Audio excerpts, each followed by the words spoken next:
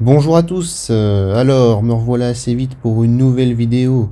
Et aujourd'hui, en attendant la sortie de grosses vidéos de fous malades qui risquent de heurter la sensibilité de certains, attention, cette chaîne est dangereuse. Et ouais, ça va gueuler, c'est moi qui vous le dis. Donc, en attendant la sortie de ces grosses vidéos de la mort, on va évoquer un sujet que j'estime essentiel en politique. Un concept dont je vais abuser probablement encore et encore pour la suite. Le clivage gauche-droite? Ah, ça aurait pu être ça, effectivement. Mais il y a je sais pas combien de putains de vidéos sur le sujet. Non mais regardez-moi ce nombre de vidéos. Mais c'est pas possible, bordel. D'ailleurs, je vous en listerai quelques-unes en commentaire que je trouve plutôt pertinentes, si ça vous intéresse. Par contre, regardez ce qu'il se passe quand je recherche le sujet du jour. J'ai de la chimie. Mon Dieu, chimie, je te hais, tu as ruiné mes études supérieures. Et si toi aussi c'est ton cas, n'hésite pas à lâcher un petit like, à t'abonner et à activer la cloche. Merci à toi. Donc, vous l'aurez compris, puisque vous êtes perspicace et que vous avez une bonne vue, et aussi que vous avez vu le titre de la vidéo, le sujet du jour sera, roulement de tambour, le diagramme de Nolan. Wow. Mais qu'est-ce donc que le diagramme de Nolan? Christopher? Mais non, David Nolan.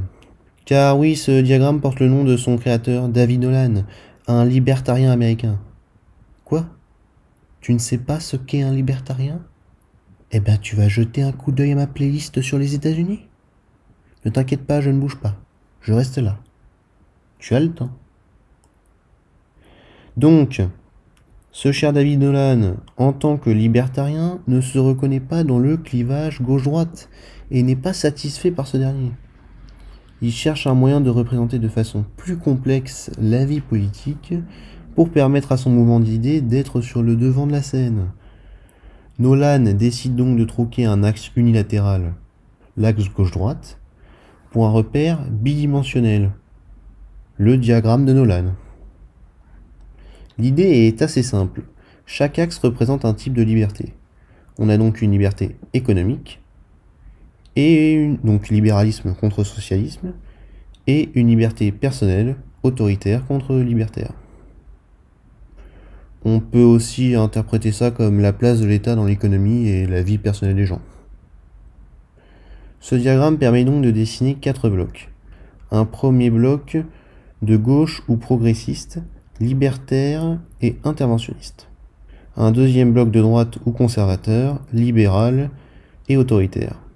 Mais l'originalité de ce diagramme, c'est qu'il ne se contente pas de ces deux notions comme le clivage gauche-droite, mais il lui ajoute la notion de libertarien, libéral et libertaire, et de ce que je nommerais totalitarien, autoritaire et socialiste, que certains traduisent parfois par libéral et populiste. Alors, si ce diagramme apparaît au premier abord très intéressant, il est bien évidemment mal perçu par certains. Le libertarianisme a le beau rôle, cumulant les deux faces de la liberté, là où certains sont perçus comme tout bonnement autoritaires. Un mot qui a une connotation plutôt péjorative. Néanmoins, si on perçoit bien que Nolan cherche à faire de la concurrence à la droite en montrant le bon côté de son camp politique, son analyse ne reste pas moins intéressante et recyclable à l'infini. Rien ne nous empêche de changer le nom des axes et d'adapter ce diagramme à un autre système que le système américain qui est un système bipartisan. Vous me voyez venir avec mes gros sabots. Que diriez-vous que je remplace l'axe de la liberté personnelle par le clivage progressiste et conservateur? On aurait donc un bloc socialiste progressiste, un bloc socialiste conservateur, un autre libéral conservateur, et un dernier libéral progressiste. Tiens mais, que vois-je? Ne serait-ce pas une représentation de l'élection de 2017? Oh bah ça alors! Et donc, en fait, ce que certains appellent la disparition du clivage gauche-droite ne serait en réalité qu'un recentrage sur l'opposition entre libéraux et populistes. Peut-être bien. Bon, en réalité, c'est pas totalement exact dans le sens où chacun peut dresser le diagramme qu'il arrange sans qu'on ait vraiment la certitude que ce soit la réalité. Certains vous diraient qu'il faut mettre un clivage souverainiste européiste, d'autres qu'il faut un clivage nationaliste mondialiste, ou anti-immigration pro-immigration, communautariste et libéral, etc. Voire même un diagramme en 3D. Enfin bref, il y a autant de diagrammes de Nolan qu'il y a d'individus. Mais ce qui est intéressant, c'est justement que ce diagramme décrit une multitude d'individus.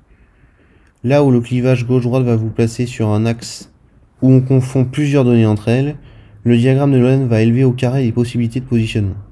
Vous pourriez donc très bien être un extrême sur un axe unilatéral et vous retrouver pas très loin du centre sur le diagramme de Nolan.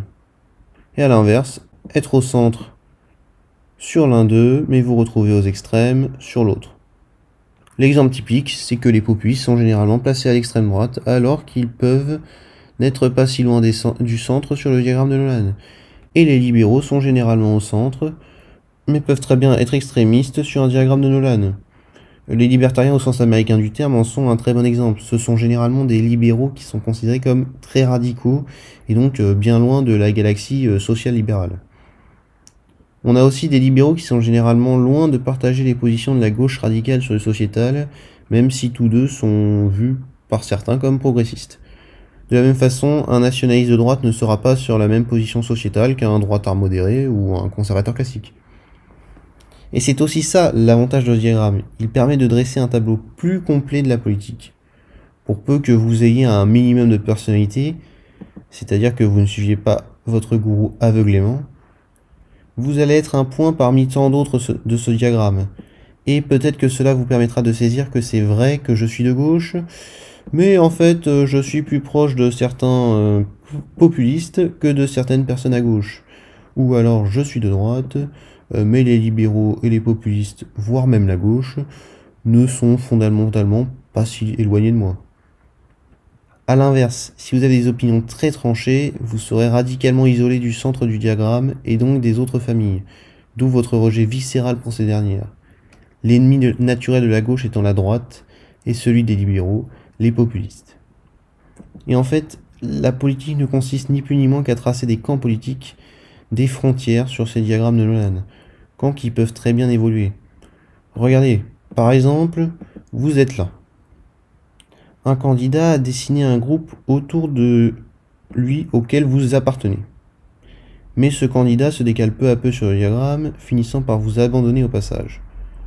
Mais raillant peut-être au passage beaucoup d'autres personnes, dont Bidule. Comme vous pouvez le constater, c'est un outil très pratique pour mieux cerner les liens entre les différents courants politiques. Et c'est un outil extrêmement populaire aux États-Unis. Oui, le pays qui a un système bipartisan utilise cet outil. Pendant ce temps, nous, on a 4, 5 gros partis, peut-être plus, et on ne s'en sert même pas.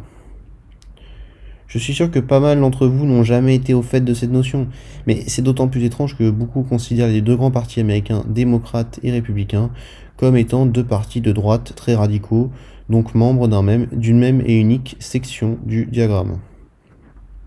Beaucoup de tests politiques utilisent d'ailleurs cette notion de diagramme de Nolan.